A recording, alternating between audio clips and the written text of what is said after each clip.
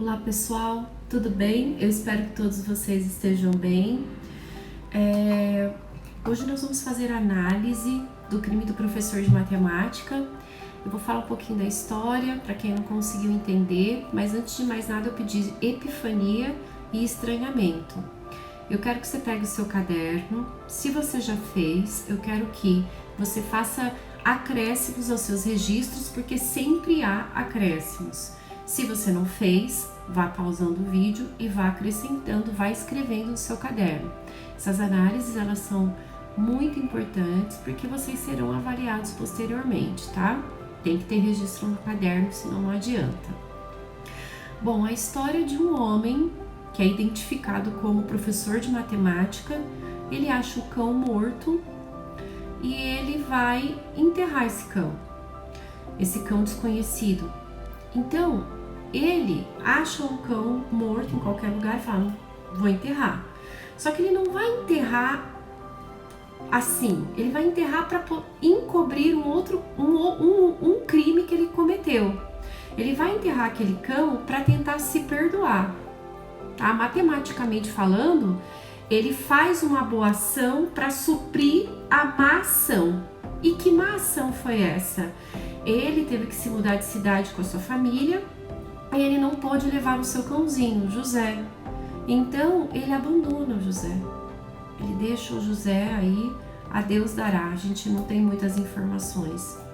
Então, para ele suprir esse crime, ele faz uma boa ação. Então, matematicamente falando, ele quitaria os seus erros dentro da sua cabeça. Por quê? Ninguém o condenaria, não é pecado, não está na Bíblia, nem a igreja, nem ninguém o condenaria por ter deixado para trás o José. Mas o problema é que ele estava se condenando. E dentro dessa história, é importante perceber que na hora em que ele está enterrando o cão desconhecido, ele começa a se lembrar do outro cão, do quanto ele amava esse cão e do quanto esse cão era fiel a ele. E aí ele percebe que este cão era tão humano quanto ele, porque o próprio cachorro tem o nome de gente. Então ele meio que humaniza essa pessoa. Eu não fiz isso com qualquer um, eu fiz isso com um ser vivo que para mim é muito mais humano do que qualquer ser humano, né?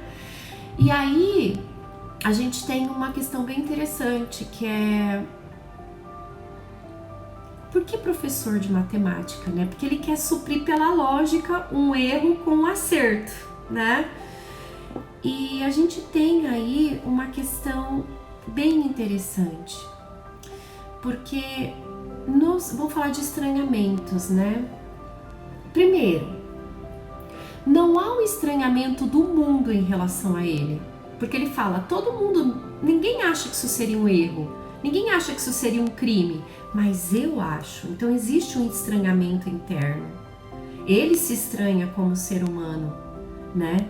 Eu não tô achando certo isso que eu fiz. Isso não é humano, isso me torna nem bicho, pior que bicho.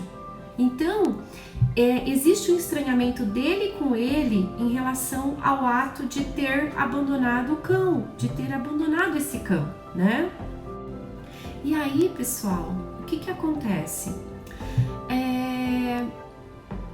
Existe um momento de epifania muito forte no final do texto. Existem outras pequenas epifanias, mas a maior epifania acontece quando ele desenterra o cão. Por quê? Ele enterra o cão desconhecido. Na hora em que ele enterra, ele fala assim, tá, eu enterrei para tentar compensar o crime que eu cometi de ter abandonado o meu cão, mas isso não compensa, não. Eu não me redimo desse crime, eu não vou me perdoar.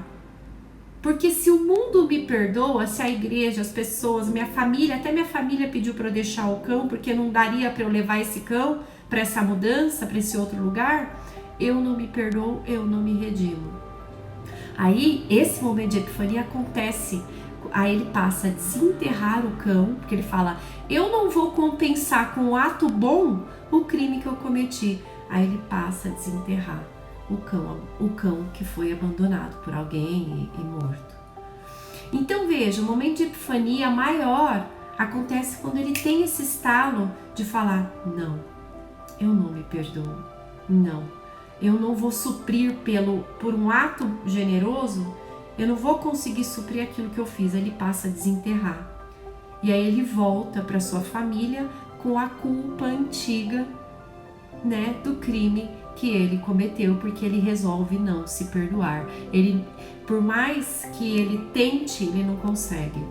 Então, pessoal, não há nada de bom que ele vá fazer que vá consertar o crime que ele cometeu. Por que o crime do professor de matemática? É porque ele era um professor de matemática, isso é uma metáfora. É porque ele tentava suprir pela lógica um ato ruim com um ato bom. Isso, matematicamente falando, dava certo na vida dele até o momento em que ele abandonou o cão.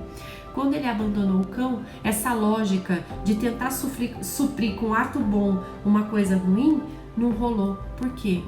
Porque não tem lógica pro amor. Não dá pra gente colocar o amor numa planilha de Excel com cálculos matemáticos. Não dá, né? A gente sabe disso. A gente não consegue explicar nem resolver o amor. Eis a nossa condição. Beijo pra vocês.